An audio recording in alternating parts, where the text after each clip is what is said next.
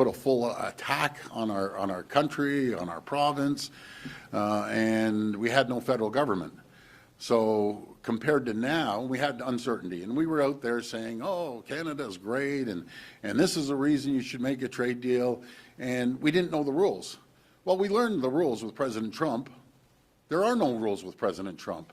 So as we move forward throughout the year, and as we move forward for this year, we're going to focus on what we can do to continue to thrive and prosper, how we can work collaboratively with all the provincial governments and the federal government as well. So I'm feeling, do you know what it is? I'm feeling very positive. And I was getting, when I say thousands of messages over the holiday season, and every time I returned a message, I'm feeling positive. And don't get me wrong, are we going to have a little turbulence? Are we going to hit certain walls?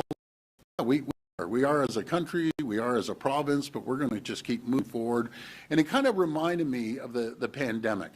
You know, the pandemic, the first few months, it was tough.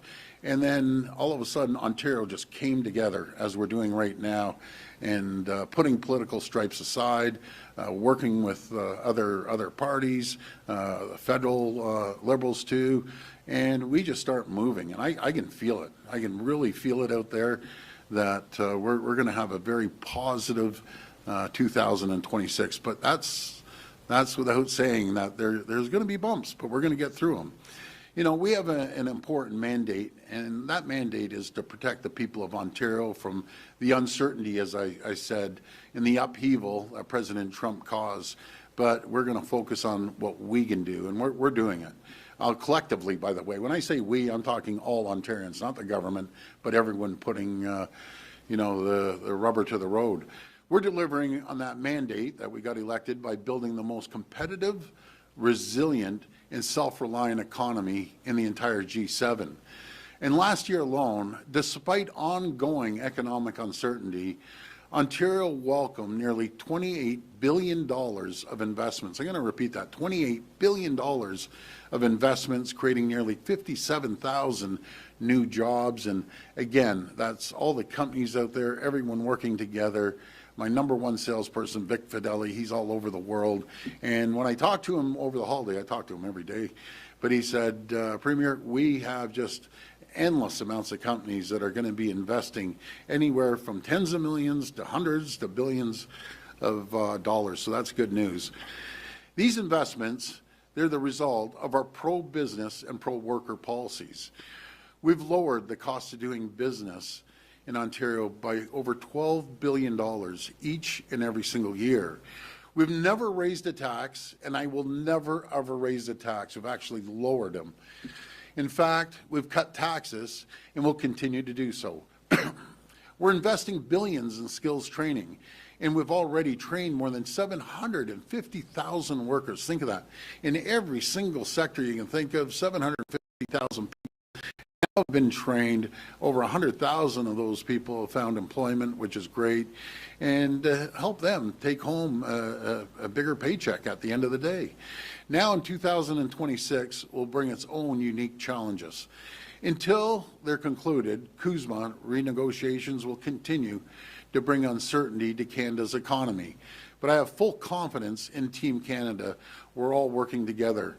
The federal government, provinces and territories, municipalities, workers, unions, and business leaders, we're all united. For our part, our government is ready with a plan to keep protecting Ontario, to continue delivering on our mandate to make our province the most competitive economy in the G7. We're going to keep cutting red tape. We've cut about $1.2 billion of red tape, saving over a million working hours that they can reallocate people to somewhere else that's more productive in their company than filling out government paperwork. And we're lowering costs for families and businesses. We're leading the country by unlocking free trade and labor mobility within Canada. In fact, last week, new regulations took effect that will get certified professionals from other parts of the country on the job within 10 days of moving to Ontario.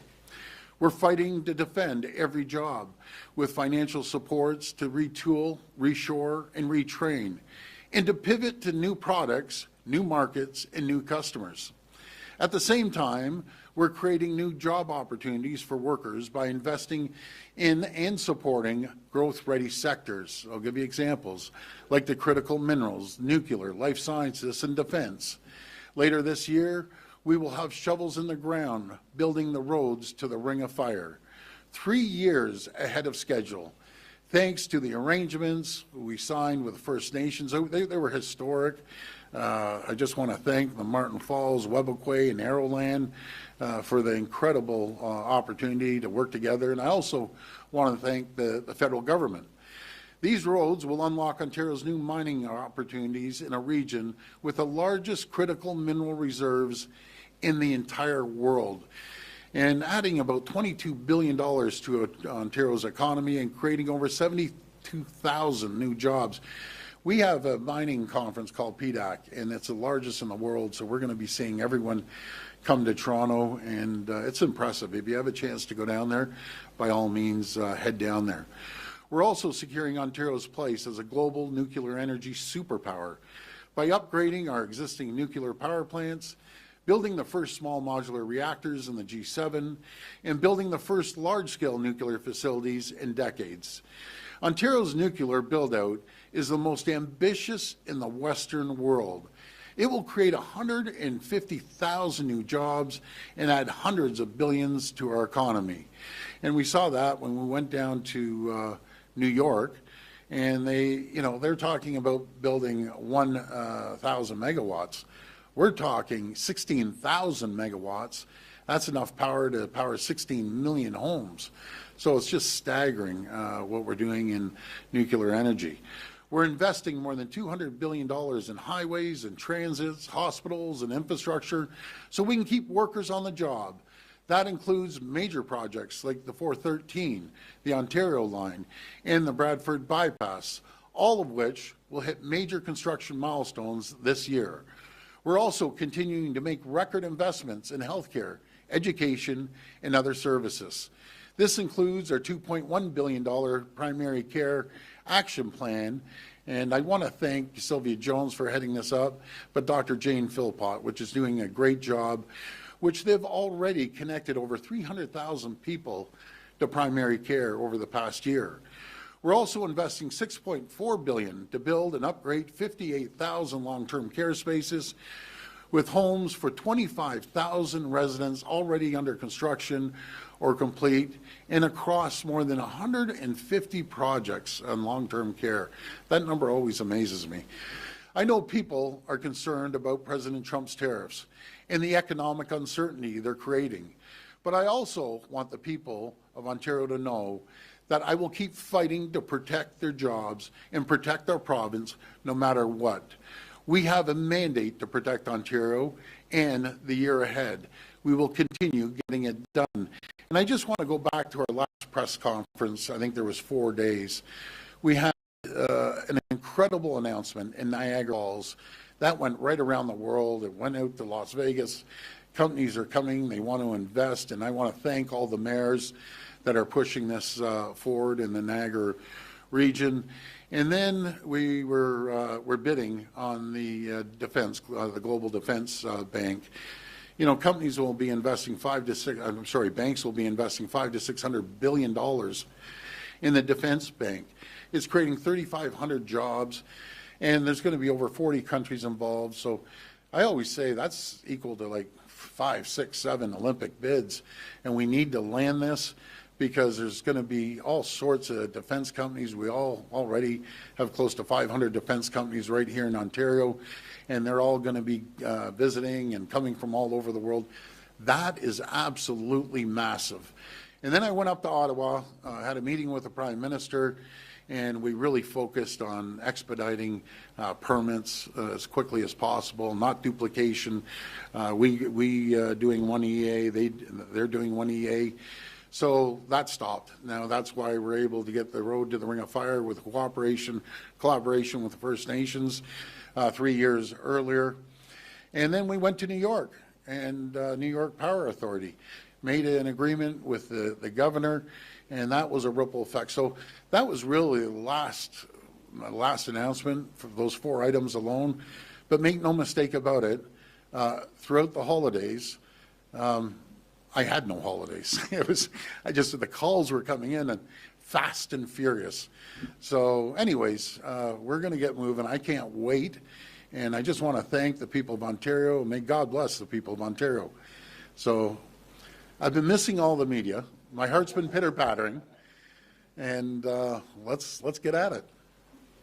We'll now take questions from the media. As a friendly reminder, the format is one question, one follow-up. Please state your name and your outlet before your question. Premier, is there enough office space for the Ontario public sector workers you're mandating back on the job? Yeah, we're working on that, Richard, and I appreciate the comments there, but it's great to get everyone back to work like every other normal citizen. You know, you go out there and you show up 5 days a week. And there's arrangements. If they can't make it in, they're going to have to work within the bureaucracy, the OPS. They all have their managers, and we just look forward to getting everyone back. And by the way, it's not even back to work because they always work. They're good people, the OPS. They're just going to work within office and within the office. But anyways, I just want to thank all the OPS. And by the way, folks, there was a whole bunch of Ontario Public Service that were working 5 days a week nonstop because they couldn't leave the office. But that's up to their management to work that out. But I'm very, very happy. I want to thank Ottawa too, the mayor out there. He's doing a great job. Mayor Sutcliffe. Everyone's coming back to the office, not back to work because they always work. So back to the office. Yeah, sure. Part ways with Steve Clark and Khalid Rashid until after the Integrity Commissioner's report on the Greenbelt back in 2023. You waited to see what the Integrity Commissioner reported back. You looked at that report, and in the weeks ahead, you made some action. We now have the Integrity Commissioner looking at Skills Development Fund, specifically some of David Piccini's actions. Are you waiting to see what that report says before your next steps on dealing with your labor minister? Well, thanks, Robert. Let's see what the Integrity Commissioner says. I'll stand by that program all day long. There were 750,000 people trained, 100,000 people finding new jobs. We're going to continue doing this. Is there tweaks to every program? 100%. Do we follow the direction of the Auditor General or the Integrity Commissioner? If they come out with recommendations, 100%. Are we cooperating? 100%. But it's a great program, and we're going to continue moving forward with it. But with any program that large, there's going to be tweaks, and that's what we're going to do. And do I have confidence in David Piccini? Yes, I do. So you have confidence in him now, but pending what that report says.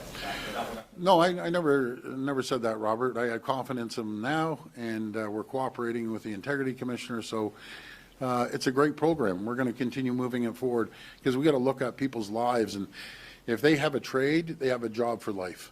And you can't ask for anything more than that.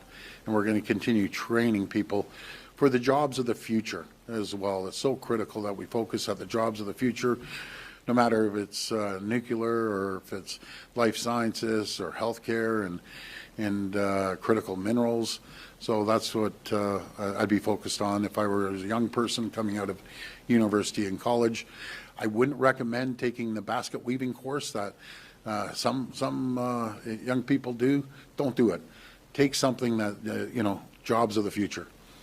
Premier, Ontario Court has ruled that you do, in fact, have to hand over your personal cell phone records as it pertains to government business to the Information and Privacy Commissioner. Are you going to do that, or is your government going to? Yeah, we're gonna appeal, folks. I get thousands, and I'm talking to the people that call me, and there's thousands, not hundreds, thousands. Do you want your personal records about your health care and your family and everything else going public? There has to be confidentiality. And it's no different than when you leave office as a city councillor, if you leave office as an MPP, as an MP, do you know what you do? You destroy all records. That's what we have to do. So anyways, I can assure you we're going to keep your calls to me highly confidential. I've never, ever mentioned a call in 7.5 years. I've never mentioned anyone's name because I get very personal calls about family situations, very deep too, and they trust me. And so I'm not going to break their trust. I'm going to make sure they're confidential. And we're going to have an appeal. So you said you destroyed records, or you're? No, I didn't say destroyed. When you leave office, right? If you're a city councilor, you retire, or MPP, you retire or you lose, or an MP, by law, you have to destroy all records in your office. So say someone else, you retire and the same party gets elected and goes into your office, you can't hand over those confidential records to your colleague that just got elected. You have to destroy them. So I don't see the difference. Calls are confidential. Fair enough. This is the Information and Privacy Commissioner, and you are the Premier of Ontario. You do use your personal cell phone for calls that relate to government business. Nobody's asking you to reveal confidential calls that you're having with constituents, but certainly ones that you might be having that have influence on government business. Shouldn't those records be released to the public so we know who's influencing you? No one influences Doug Ford, I can assure you that. What is right for the people, that's my decision. That's what I'm going to focus on. And I would say that 90 some odd percent, I don't know exactly, are all personal. People have issues. I'll give you an example. I get a phone call this morning, a message, from a great educator, a great teacher I've never met before, saying the heating's out in their school. Like, you're calling the Premier of the day to say your classroom's cold. But these are the things that I deal with, and I thank them, because that's a serious concern to that teacher. And I want to thank that teacher for calling me. But I get endless calls. Guys, when I say endless, they don't stop all night. I don't know, people are up all night calling me. And usually when they call me at 2, 3 in the morning, they either had one too many pops or they're something's going on. And so I call back this one person at about 7 o'clock in the morning. I see that they called at 3 o'clock in the morning. And I said, you know, were you drinking, or were you, smoking the wacky tobacco? Like, you don't call your mother at 3 o'clock in the morning. And next thing you know, that person's online saying, he told me I was on drugs and I was drinking. No. You didn't say that I called at 3 o'clock in the morning. But folks, like, you can wait till 7 to give me a call. But I get it around the clock, 24/7, Christmas Eve, Christmas Day, all the time, and I don't mind. That's a job I signed up for. And as all you tell me and my staff, look in the mirror and blame the person in the mirror for giving out your cell phone for the entire world. So it's my fault. Speaking of booze, that Diageo plant is closing next month. In fact, the company's listed for sale. Are you going to follow through on your threat to remove Crown Royal? Oh, 100%. I can't wait. You will? Yeah, 100%. But I'm not going to waste another bottle of Crown Royal dumping it. Maybe I'll take the stop road. But what we're looking, and there's quite a few interested parties, I understand, that are going to go in there and hire back all the Diageo workers. And I know a lot of them already found jobs. And I know a lot of them went down to Stellantis to work in their plant, because they're hiring. They're starting up that third shift. So to be clear, Which you is are good. going to remove Crown Royal from the LCBO store shelf? Oh, 100% I am. When? 100%. No, I'm just going to focus on Crown Royal for now. But isn't that great with the moves that we have made in the last year? We've seen wine sales jump 76%. So that's great for the grape growers, the small wineries, the large wineries, and any other alcoholic beverage that we have. We've seen it spiked since we've taken the wines off the shelves. So we have great Niagara wineries. We have great Ontario wineries, not just Niagara, but across Ontario. We grow great grapes, and we make great wine.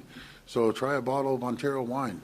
Premier Ford, on the Yeah, sure. back to office 5 days a week, just a couple questions on that. Yeah. One of the complaints from some of the unions is the lack of office space, despite you saying that there is enough. You know, the government is spending money on acquiring new leases to Yep. accommodate more workers. So how much money, taxpayer money, is the government prepared to spend Well- to get workers back in office? Well, the Ontario Public Service, the Secretary Cabinet and her deputies are all working on that. But I think we have room for the majority of the people, and they'll get through this. There's a little bump. They've been working on it for the last little while. But all we're asking is people come back into the office like every other person that's working out there, vast majority, because I tour more plants than anyone in the country, and they're all out there. They're back in the factories. Just imagine if you're a healthcare worker, you didn't get Christmas off with your family, or a police officer, a firefighter, a paramedic. Like, a lot of these people are working extremely hard. And all we're saying is just come back to the office like everyone else. But do you have a ballpark I don't, but I'll get in my office to get back to you on that. And just like you often talk about congestion and traffic in Yeah. the GTA, and that's a major concern of yours. So with Sure. everyone coming back to the office 5 days a week, will you acknowledge that traffic's could get even worse in the GTA because of your Yeah, it won't be any worse than 2 years ago, and that's the reason we're building the largest transit system in North America, and we're spending about $80 billion. And then we're building roads and highways because, no, we opened up Finch, a little slow right now, but it's over the city. We're going to open up Eglinton LRT. We've added hundreds of additional trips on the GO train over a number of years. We're building GO train stations as well. We're going full steam for the future, and that's the reason we're going to build that tunnel, because people that are on the 401, the numbers say that over the next 10 years, all 400 series highways will be at capacity. 401 is at capacity, and that's why we're investing over $200 billion on infrastructure to plan, not just for next year, but for 20, 30, 50 years ahead. This will be the last question. You were busy over the holidays, taking calls. That's not like working from home. Why can't the public sector be afforded this vacation? Well, you know something, this job is 24/7, 365, and it's not just me, any premier. I'm a little unusual because I give my cell number out. No one in the world, let me repeat that, no one in the world, my position, gives out their cell number, and I do, because I want to get the heartbeat and the pulse of the people who have thousands, tens of thousands of ears and eyes all over the province. And I always say, when people call me and there's an issue, you know, there's always a little bit of truth to it, or there's a lot of truth. And when there's a lot of truth and I dig into it, you know, I'm like an 800-pound gorilla on a bunch of bananas. I'm just on these guys nonstop, and then I dig deep into it and find out and correct the problem and follow back up. Or if people are waiting, I got another call. Someone was in the hospital with heart problems, waiting in the waiting room at a certain hospital, and they were there for a couple hours. These are the calls you can't even imagine come through. I feel like the 911 operator. And by the way, I got to give a shout out to the superintendent on 911 here in Toronto. He's a champion. He's brought down the wait times considerably. He's building a whole team. So he's doing an incredible job. And the 911 operators, you're all champions because you're doing a great job. Last question. There have been some hiccups since. Yeah, you know, I actually did. I had the mayor of Aurora over, and he's a champion in Stouffville. Basically the size of the bins, they wanted a medium bin instead of a large bin. But the company that's doing it, make no mistake, if it doesn't work, we'll change it. Like anything else, you're trying to recycle as much as we possibly can. We're really going after areas that we can utilize more recycling.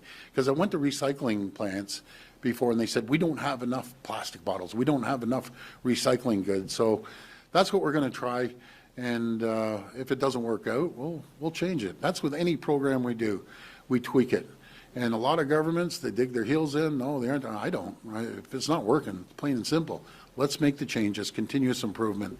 But we're going to do well, folks. I'm feeling positive. I'm feeling really, really positive. And we're going to go full steam. You have the power. We're an economic powerhouse. You have the power of Ontario, of 16.3 million people, the machinery moving forward, leading the world in nuclear, leading the world in critical minerals.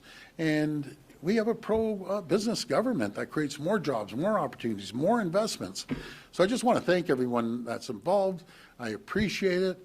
And I got to thank my good friends in the media. I do, because we have a good time. You guys hold me accountable, and that's your job. I get it. So we're going to continue moving forward. Thank you. God bless the people. Sorry, Jamie, you got one more? Oh, okay. See, go ahead, Jamie. We saw Trump's language about drug smuggling, push out happening in Israel. We heard his language about critical minerals in Greenland and how he wants Greenland. We have Yeah. critical minerals.